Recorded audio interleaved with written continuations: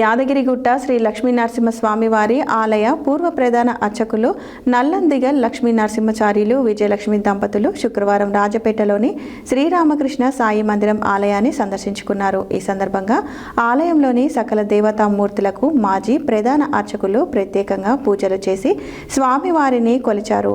పాల్గొన్న భక్తజనులందరికీ గోత్రనామార్చనతో ఆశీర్వచనం చేశారు.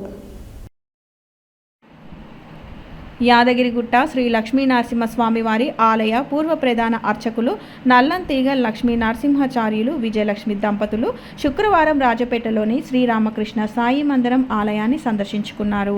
ఈ సందర్భంగా ఆలయంలోని సకల దేవతామూర్తులకు మాజీ ప్రధాన అర్చకులు ప్రత్యేక పూజలు చేసి స్వామివారిని కొలిచారు. పాల్గొన్న భక్తజనులందరికీ గోత్రనామార్చనతో ఆశీర్వచనం చేశారు. భక్తులను ఉద్దేశించి అభిభాషణ చేశారు.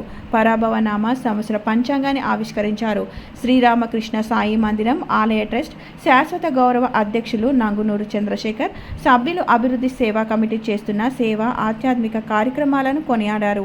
భక్తి విత్తును నాటిన శ్రీరామకృష్ణ సాయి మందిరం నిర్వాహకులు విశ్వ వటవృక్షంగా మారిందని, ఎన్నో దేవాలయాలకు స్ఫూర్తిదాయకంగా మార్గదర్శకంగా నిలిచిందని అభినందించారు.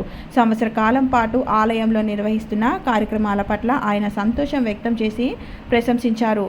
అంతకుముందు నల్లంతీగల్ లక్ష్మీనరసింహాచార్యులు విజయలక్ష్మి దంపతులను అభనాంజనేయ స్వామి వారి దేవాలయం వద్ద దాచపల్లి శ్రీనివాస్ స్వరూప దంపతులు మంగళహారతులతో స్వాగతం పలికారు.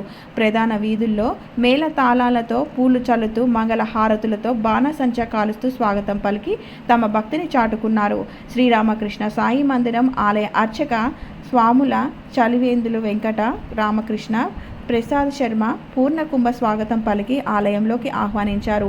పాల్గొన్న భక్తులు పాదపూజ చేశారు, ఆశీర్వాదం పొందారు. భక్తులకు స్వయంగా తీర్థ ప్రసాదాలు అందజేసిన నల్లంతీగల్ లక్ష్మీనరసింహాచార్యులు కార్యక్రమాన్ని ఆలయ నిర్వహణ పట్ల సంతోషం వ్యక్తం చేశారు. పంచాంగ ముద్రణ దాతలకు సత్కరించారు. ఇలాంటి అద్భుత కార్యక్రమాలు నిర్వహించిన ఆలయ నిర్వాహకులకు, ట్రస్ట్ అభివృద్ధి సేవా కమిటీ సభ్యులకు, పాల్గొన్న భక్తులకు కృతజ్ఞతలు చెప్పారు.